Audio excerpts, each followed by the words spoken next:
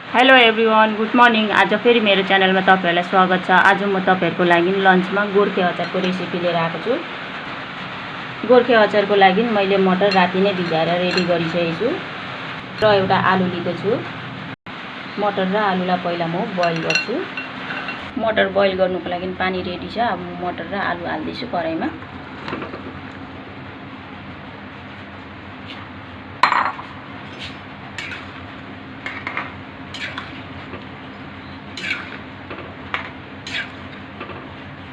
दस मिनट यसलाई बोइल गर्नुहोस्। अचारमा हाल्नुको लागि यहाँ मैले लिएको छु प्याज, काँचो खोर्सानी, यो मुला हो, यो काँक्रा। प्याजलाई मसिनो गरेर काट्नुहोस्। अब मसिनो पारेर काँक्रा पनि काट्नुहोस्। मुला पनि सानो सानो गरेर काट्नुहोस्। काँचो खोर्सानी पनि सानो सानो काट्नुहोस्। मैले काटेर रेडी गरिसकेँ। तपाईहरु पनि यसरी काट्नुहोस्। अचारमा हाल्नुको लागि मैले मसला रेडी गरेछु। यो तिल, यो कालो र पहेँलो सर्सो हो, यो काँचो खोर्सानी, यो निम्बुको रस हो। अब यसलाई भुट्नुपर्छ। मेरो मटर र आलु बोइल भइसक्यो। कराई तातेर रेडी छ। अब म तिल भुट्छु।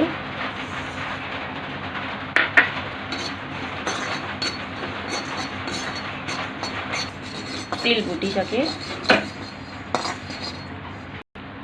अब तोरी भुट्नुहोस्।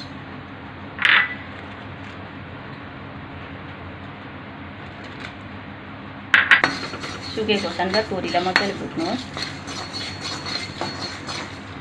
तिल भुटेर रेडी छ। अब म मिक्सी जारमा पिस्छु।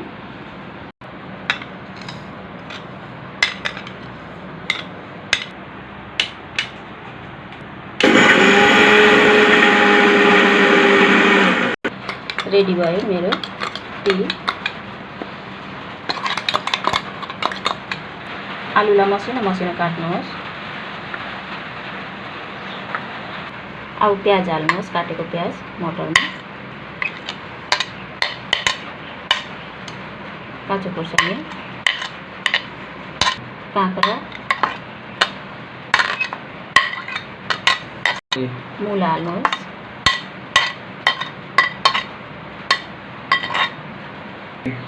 अब माथिबाट तिल हाल्नुहोस्, भुटेको तिल, चिल्ली पाउडर, स्वाद अनुसार नुन। अब सबैलाई मिक्स गर्नुहोस्। कराई तातेर रेडी छ। म तेल हाल्दैछु, खाने तेल। अचार झान्नुको लागि मेथी हाल्दैछु, काँचो खोर्सानी, हर्दी,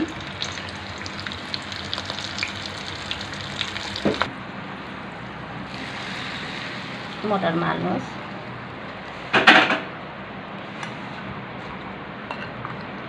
मिक्स गर्नुहोस् सबैलाई। निम्बुको रस हालिदिनुहोस् माथिबाट। मिक्स गर्नुहोस्। गोर्खे अचारको रेसिपी कस्तो लाग्यो तपाईहरु कमेन्टमा भन्नुहोस्। Thank you for watching.